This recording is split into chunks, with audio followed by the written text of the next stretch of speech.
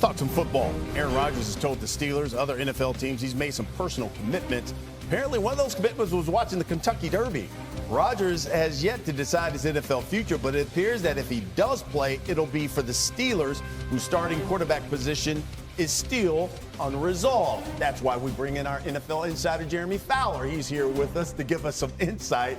So Pittsburgh's still waiting, obviously, on Aaron Rodgers. But then George Pickens' name, it was thrown around in some maybe possible trade discussions before the draft. I know my Cowboys supposedly inquired. What more can you tell us about that? Yeah, so George Pickens, his name was bantered around at the trade deadline or around the NFL draft. I'm told trade talks have really cooled here and that George Pickens, despite giving it some thought about a possible home elsewhere, he does want to stay in Pittsburgh. He feels a loyalty to Mike Tomlin, wants to make this work. He's in a contract year, so I never sensed any sort of major momentum here. Keep in mind, the Steelers are in a position where they need to keep that receiver room as attractive as possible for that man you saw at the Kentucky Derby. Aaron Rodgers not yet signed, so they're not really in the business of trading off capable pieces right now that he could potentially be throwing to. So my sense right now is that the Steelers remain optimistic, like they have been, about Rodgers eventually signing with Pittsburgh, but it's his first foray into free agency in his 20-year career. Still feels like anything can happen, but right now it is status quo with the Steelers and Rodgers. Okay, let's stay in the AFC. Let's stay in that division, by the way, because the Bengals, you know, they draft defensive end Shamar Stewart there, and it's some people said maybe that's an end of Trey Hendrickson in his era there in Cincinnati. What can you tell us about there? Yeah, they still want Trey, but this is at a contract stalemate a little bit. Both sides are just sort of waiting this out post-draft. They got a few months to try to shake out a long-term extension that Hendrickson certainly deserves after being a huge sack producer the last few years. So the Bengals want to get this done. Certainly they've made a commitment to trying to do it, but they have not made enough progress right now where a deal is imminent. But there's really not a lot of trade buzz here either. It sounds like he's going to be able to stay there, but they do have to get this done if they want him in the building playing games for them. And you got Jalen Ramsey. So Miami has been calling around on Ramsey, trying to work a potential trade. They were doing so in the days leading up to the NFL draft. So something could shake out here this offseason.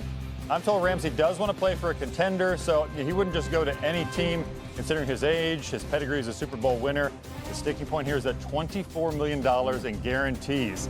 My sense after asking around is Miami has not been overly eager to cover some of that bill, which sort of makes a trade hard to pull off right now. LA Rams, it could be a reunion here. They've been in the mix here.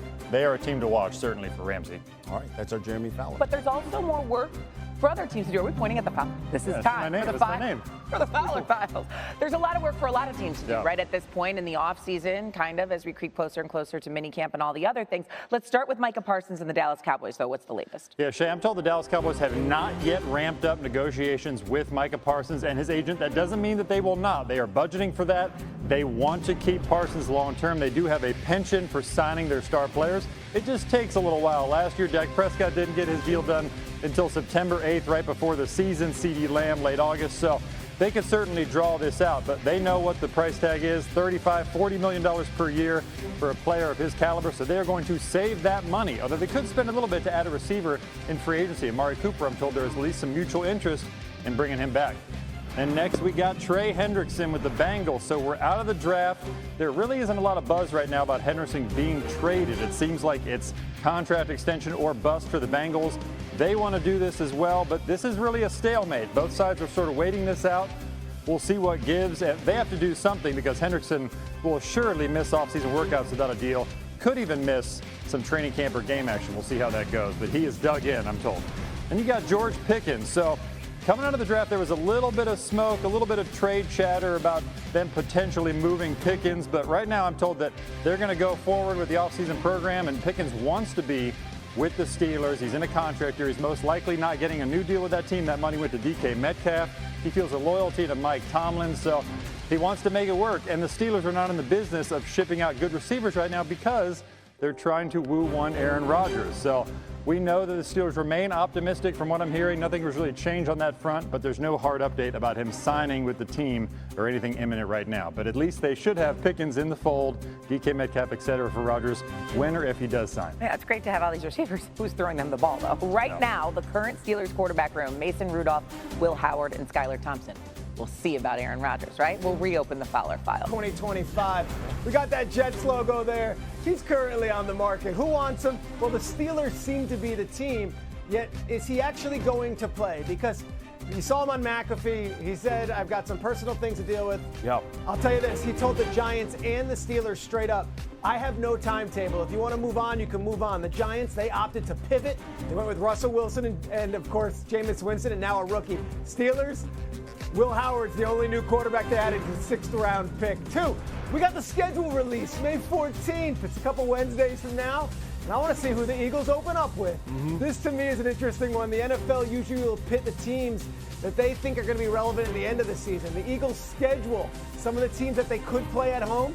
Well, the Rams, the Lions, the Bears, and how about the Raiders? Some interesting teams that they could possibly do. And, of course, the entire NFC East is a possibility.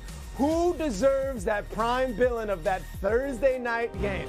My third one's an interesting one. James Cook. You're like, James Cook? Yeah, we know. Josh Allen's the MVP. A lot of running backs got paid this offseason, including Saquon getting a renegotiated deal that will make him the highest paid running back in the league. James Cook was unbelievable last year. He's entering the final year of his contract. His agent and him have publicly said they want more than $15 million. The Bills have scoffed at that number. James Cook is an amazing player. Awesome, and was huge in that AFC Championship game. They need him. Let's see what they can do. The last one is this. I go Shador, but it's really the Browns quarterback room. Like, I don't know if they can do Hard Knocks because of all the rules, but I would love to just have a camera on all of these names. Now, look, Deshaun Watson, he's going to be paid $46 million to not play. Must be nice. Then you got Kenny Pickett, Joe Flacco, Dylan Gabriel, who was drafted before Shador in the 3rd round, and then Shador Sanders. I'm curious, how does it work out in minicamp? How does it work out in training camp? And then when we get to week 1 with the Cleveland Browns, who is under center? And that's your 2 minutes. Peter Schrager, a professional, breaking things down this morning on Sportscenter. Schrags, fantastic to see you, man. Thanks. We're joined now by our senior NFL insider, Adam Schefter. I mean, listen, Shador was drafted 2 days ago, and still all anybody wants to know, Shefty, is why. What are you hearing about why he slid to the 5th round?